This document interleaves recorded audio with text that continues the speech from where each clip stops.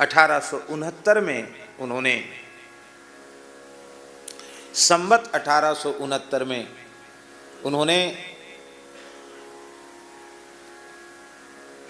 कार्तिक मास में कुछ उनके भक्त प्रेमी आए थे। बाबा, आपने कभी जीवन में कोई सेवा नहीं बताई, कोई सेवा बताओ।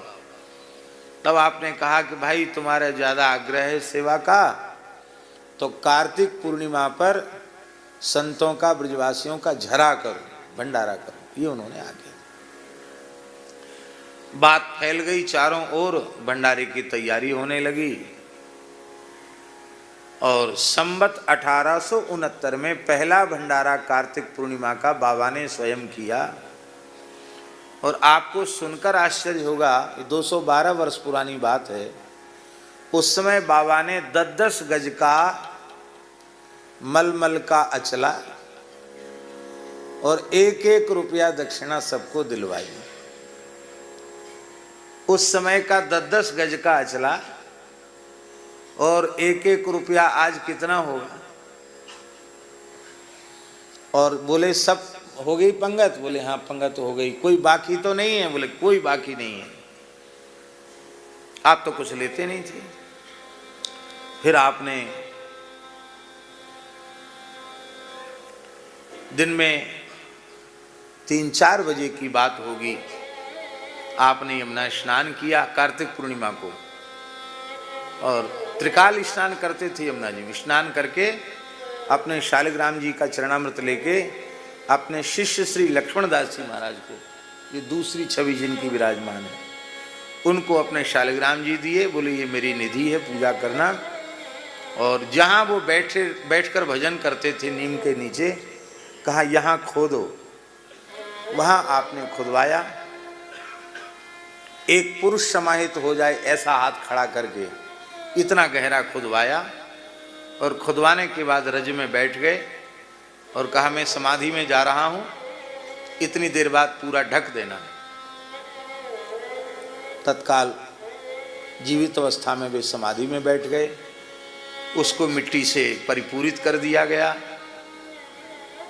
और जाते जाते उन्होंने कहा कि तुम लोगों का यदि मन हो तो कार्तिक पूर्णिमा पे साधु सेवा कर दिया कर। तो ये वृंदावन के पुराने भंडारों में है पहाड़ी बाबा का भंडारा। वे खुद अपने हाथ से करके गए थे। आज उनकी प्राकट्य तिथि कितने में भी है भूल जाते हैं। 362वीं उनकी प्राकट्य तिथि है और 212वीं उनकी तिरोभाव तिथि है। कार्तिक पूर्णिमा का ही उनका जन्म और कार्तिक पूर्णिमा को ही समाधि। ऐसा बड़ा विलक्षण जीवन। और हम आपको क्या कहें, कभी किसी पर कोई भारी समस्या आती, महाराज जी स्वयं बड़े सिद्ध थे,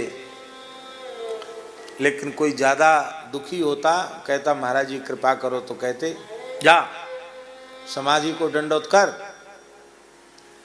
बाबा विराजे हैं, प्रार्थना कर।